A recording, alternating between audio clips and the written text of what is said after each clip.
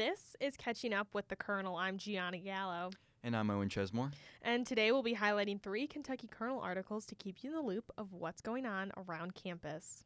First, we bring in Editor-in-Chief Hannah Stanley to talk about our recently published editorial regarding UK swim coach Lars Jorgensen and the lawsuit against him.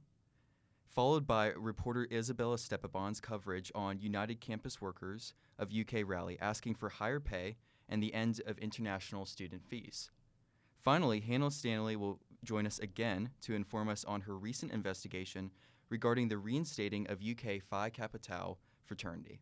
Just a disclaimer, the opinions expressed on this podcast are the speaker's own and do not uphold the opinions expressed by the Kentucky Kernel. We also want to issue a trigger warning for the first segment of this podcast, for there is content that may be triggering for some audiences. It contains substance of sexual misconduct and sexual abuse, so if you find that topic triggering, we ask that you skip the first segment of this podcast. All right, let's catch up.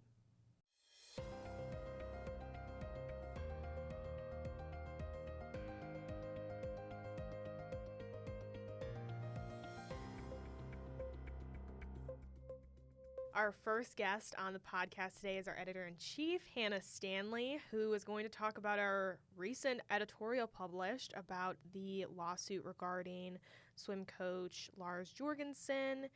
What is our stance on this topic, and tell me about our editorial. So our editorial, I'll highlight some of the main points of it, but the long story short is that UK needs to be protecting their students, their athletes, administration, everybody here, as much as they're quoting that they are. Former UK swim coach Lars Jorgensen resigned in 2023, and it was a little bit, pushed under the rug. We were a little curious about why, and then 12 days ago, a full-fledged lawsuit comes out, and the things he allegedly did are terrible. And it seems that the university either didn't know about it or dismissed it as what the former swimmer in the case is alleging. But either way, the Kentucky Kernel stands that, 1, the university needs to be doing better, flat out. There's now the second time in a decade that somebody working at UK has resigned during a Title IX investigation, both with terrible incidents of sexual harassment and putting harm towards their students, and it's kind of ridiculous. So I'm just going to go ahead and read our main call to action in this because it's the best way I can sum up what we believe. So, the Kentucky Kernel Editorial Board demands a better process in which Title IX cases are handled and for the investigation to be finished without the person under review having that opportunity to resign. Also, anyone who knew, allowed, or ignored Jorgensen's alleged actions and didn't help those potential victims should be fired. And we later discuss in the editorial that if that even means firing our very own athletic director, Mitch Barnhart, so be it. But there needs to be something more. There's no reason that even an assistant coach and a swimmer and potential other swimmers should be put in such harm by their very own coach who's supposed to be leading them to success, being their number one supporter, when in reality he was manipulating the situation, or allegedly manipulating the situation. So the Kernel is just staying on top of it, and we want justice for whatever the truth is in this situation. But at the end of the day, whether this is true or not, there's clearly cracks in our Title IX programs and policies, and it is something that needs to be looked at very, very harshly. I want to kind of get an idea of what exactly is Title IX and what does that investigation look like? So Title IX is established in all institutions, all financial educational institutions. So it's a federal law. So UK being a public university, federally funded, it's a federal law for us too. And it is in place to protect everybody at this university, not just students or athletes or whatever, from any forms of discrimination, whether that's based on sex, gender, orientation, harassment, assault, rape, all things that can go basically into that category and more. And then UK has like an extra step into it, which is their direct policy in that a report's filed, they're supposed to investigate it right away, talk to whoever's involved in the situation, get to the bottom of it essentially. But in this case, with him resigning, anytime somebody resigns in the middle of a Title IX investigation, it's concluded immediately. They're no longer at UK, so there's no longer a case technically to be heard, which is where we call for that to not be allowed to happen, that if you have an investigation ongoing, sure, resign, sure, whatever. It needs to be concluded. You need to find out what the full story is. Because, well, look what happens, a federal lawsuit not even a year later. But yes, the policy itself is supposed to protect everybody under an institution like UK or across the country, just to promote a healthy and safe environment, free from all things sexual harassment, assault, discrimination of that sort. Do you have anything else you'd like to add? Just keep an eye on all the news. There's always something going on, especially with this case. It is going to be a long one. It is going to happen over the summer, so it might seem a little bit dismissed in the sense of a student's point of view, but this is something that's going to affect the swim program for the rest of who knows how long, if there even is going to be a swim program, if Mitch Barnhart's going to keep his job, if the Title IX policies are entirely revamped. There's so many other things that come out of this hearing, and potentially at other colleges. He was at the University of Toledo. There could be other things coming out there affecting students and athletes. There's a lot of factors that play into this, that this isn't just a one-and-done thing, and that you all and whoever's listening and anybody, realistically, a human being at this point, needs to pay attention to the bigger picture going on, that there's been an instance of multiple people allegedly being assaulted by their own coach, and that whoever's in this court, whoever's in this lawsuit, everything involved deserves to be heard. And it's also our job as just citizens and students at UK to help in any way that we can, and that's what we're trying to do at the Kernel. We're trying to be that voice and protect them as much as they're saying the university wasn't. Yeah, if you want to gather more information on this story, you can check out kykernel.com and our sports section, but also check out our sports podcast, where they just recently last week did an episode really talking about the lawsuit, so you can stay up to date on all of the information and further information that might come out. So thank you so much, Hannah. Of course.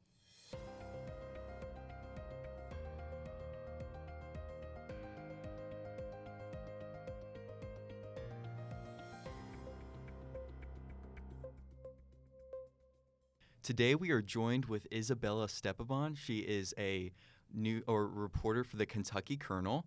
Would you like to tell us about the article you wrote?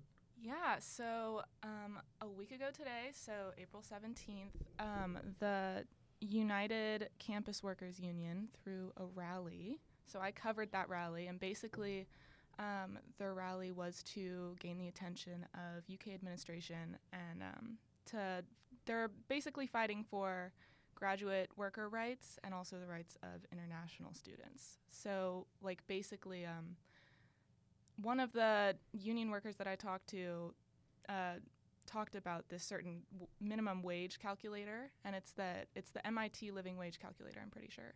And essentially, the average amount, or the minimum amount that someone who's single and has no kids living in Lexington should be earning is $40,000. And when I was talking to her, she said that some students, some graduate workers at UK are being paid as little as $14,000. And so, but that's not every student. The majority are being paid about $19,000, but still that's less than half. That's an insane amount. And so these union members, they created this campaign called 25 by 25, which essentially by 2025 they're hoping for every single graduate worker to receive $25,000 minimum for what they're doing for the university. And then the rally was also for, it was against international student fees. So from my understanding, I spoke to one international student worker about this to ask him, because I was a little confused. And essentially, all graduate workers are paid a stipend that they can use for, school stuff and whatever. But every single international student is required to pay $100 from that stipend towards something called an international student fee. And when I spoke to this international student, he was like, we don't even know what this goes towards. We don't even know where this money is going. But so essentially every single international student is paid $100 less just because they're an international student. And so this is a huge issue because so first of all, these international students aren't being paid enough, and because of this, they don't have enough money to buy a plane ticket to go back to their home countries to get a job there. And they're also stuck here because with their international visas, they can't really get jobs outside of the university. So it provides a huge issue. But that's essentially what the rally covered. So, yeah. What was UK's response to this rally and your article? Well, I actually, myself and the editor-in-chief of the Kernel, we received an email from UK PR basically telling us that they supported workers, but they only told us. I can recite it if you'd like. I mean, if you just want to, I would be curious of what the response is, Yeah. because I'm assuming this isn't some new issue Right. on campus. This has to Right. be something that's been going on for a long time. Yeah. And especially with all those numbers that you just threw out, that some of them are getting paid $14,000, $19,000. They're hoping to get to $25,000. This seems like it's been going on for a little bit. And graduate students I know teach classes and help with classes, assist, TA.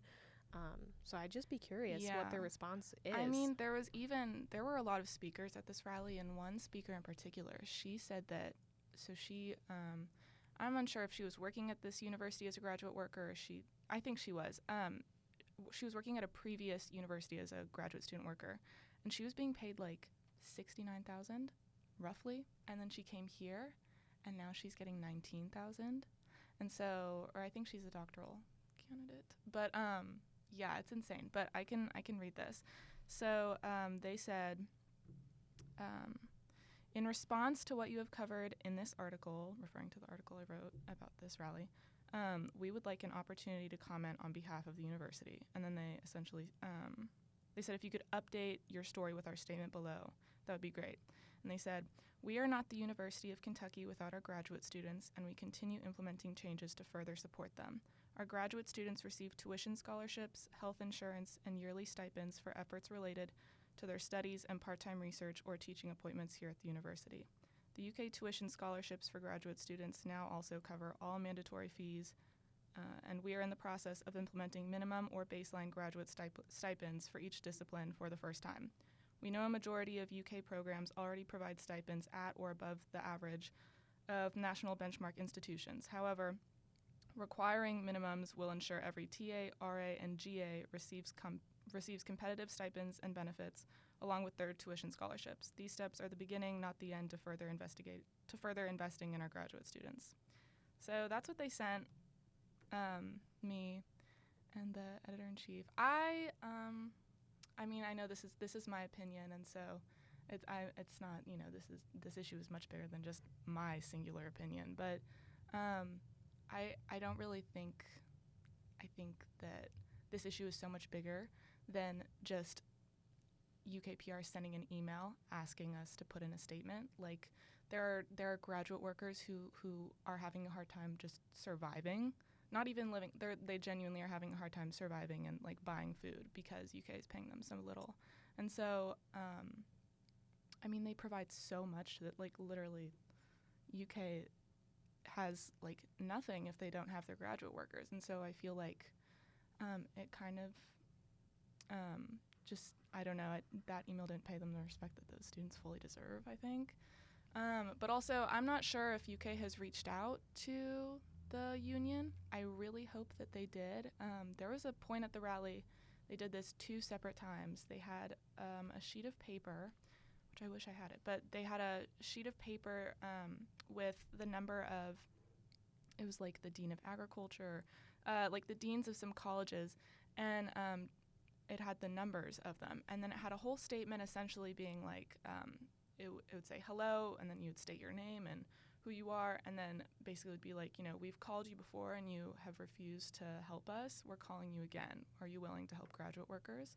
Like it's obviously it was much more longer than that, but it was essentially like that. And they called those numbers twice throughout the rally. And so a lot of the students were left to voicemail. Some students were able to actually call the numbers, but yeah, I don't know, just being there at that rally, I personally, I mean, I'm not a graduate student, but I didn't know that this was even like a huge issue. Me either. I mean, and I had a couple graduate students not teach my class, Well, I think actually he was. I think he was. Yeah. It was Nigel Taylor. Right, yeah. He taught my CIS class. Yeah. And I'm pretty sure he's a graduate. I know he's getting his PhD. Right. So and he taught my class. Yeah. But I see them all the time. TA, Yeah. and I had no idea that they were only getting paid that much. Yeah. That's crazy. Yeah, I mean, and when you think about it, like, they're really not even asking for that much. I mean, 25,000, like, the minimum is 40,000, and they're asking for just over half. Like, just over half. I mean, like, because it's not just, I need to pay for this apartment, I need to, living costs. I mean, the same student that was, paid a lot of money at one university and then came here and was paid 19,000. She also talked about how she's had, I think it was like diabetes for a really long time. And so the medical expenses of that, like she was paying I think between 14 to 1600,000 just for like basic costs that she needs to literally survive. And so like you add that up and it's like, well, then you look at international students and it's like, well, how can they afford a plane ticket? So, I mean, like they can't even afford to like visit their families, like for vacation or during winter. It's like awful. Yeah, this seems like a much bigger issue. So I agree with you. I hope UK reached out to this union, to international students, to everybody that was involved in this rally. And, I'm unsure of what our Editor-in-Chief Hannah Stanley would do with this UK PR response. But regardless of that, it's also, I think, very, very interesting to see what UK will do in response to this. Yeah, definitely. I'm really looking forward to staying updated on this. And, yeah, I'm in contact with some of the UCW members, so I'm planning on asking them at some point, like, hey, did they ever say anything? So, yeah. Well, I can't wait for that follow-up. Me too. So thank you so much for all of your hard work on this story and having all of their voices heard. Of course.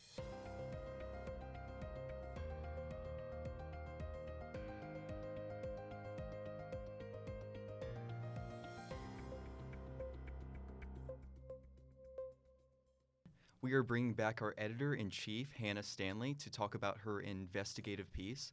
Would you like to tell us about what you wrote? Yes, so I just recently published yet another one of the infamous Greek stories of my career. And this one was over the Phi Tau fraternity being reinstated as a student organization after being out for 9 months roughly, while also facing a lot of other violations and probations. Go ahead. Why were they restated? So they fully finished out their 9-month suspension that was actually looking to be 2 years after a long process of about, if I got all the dates correct, which I think I did, but it was a lot of paperwork, about like a 3-month or so process with this specific incident. It's a new group of students. It's a new leadership at the top of everything, new president, all that sort. And they were on track filling out all of the other requirements and all the other probation necessary things that they had to do prior to it. But then once this one happened, they had to do a full new investigation. And that's where they basically dropped down from the 2 years that was the original set at the beginning of like the whole thing, and then dropped down to 9 after they proved that they're trying to make more changes. Like this would totally take away their entire class realistically because they just got a new house on campus. Like they really wouldn't be able to afford it anymore. Like all these other factors that played into it. Like they were still doing a lot of good things, but like this one incident was the tipping of the whole boat.